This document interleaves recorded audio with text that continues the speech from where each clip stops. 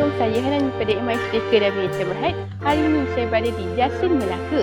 Dan rumah anda lihat di belakang saya ni mempunyai 4 bilik dan 3 bilik air dengan bukaan tapak 39 x 55 kaki dan total keluasannya adalah 1554 kaki persegi. Tanpa buang masa, jom kita review rumah di belakang.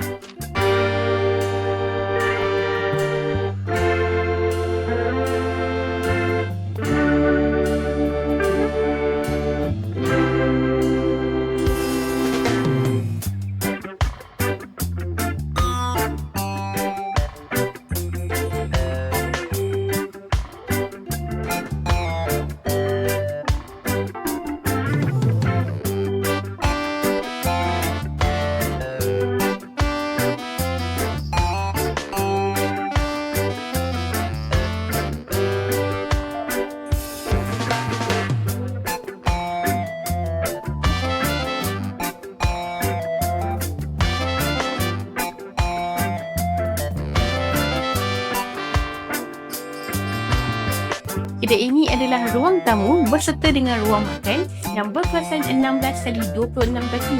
Untuk spek kami berikan ketinggian lantai ke siling adalah 11.5 kaki dan untuk kemasan elbow di-upgrade oleh Erwin. Dan sebelum saya terlupa, saya nak maklumkan yang sliding door ni kami berikan dah include dalam package kami. Dan di sebelah ruang makan terdapat satu bahagian dapur berserta dengan laundry. Untuk keluasan dapur adalah 11 x 16 kaki.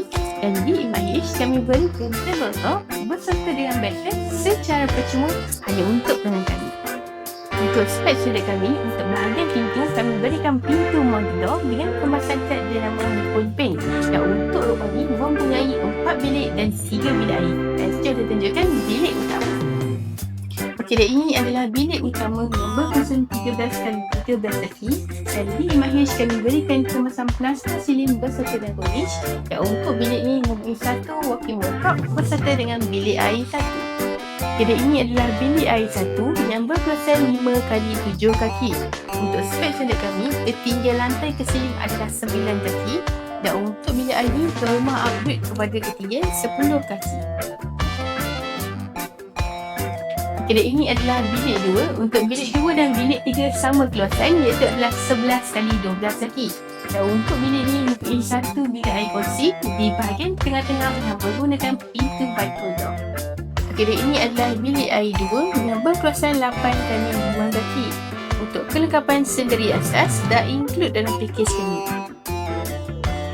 Kedai ini adalah bilik 3. Untuk port wiring lampu kipas dah include dalam package kami. Cuma untuk point aircon dikira tambahan wiring. Kedai ini adalah bilik 4 yang berkuasaan 11 x 13 kaki. Untuk kemasan cat di bahagian dalam, kami menggunakan kemasan cat di dalam Nippon Paint TV Wash dan di bahagian luar kami menggunakan Nippon Paint Weatherboard.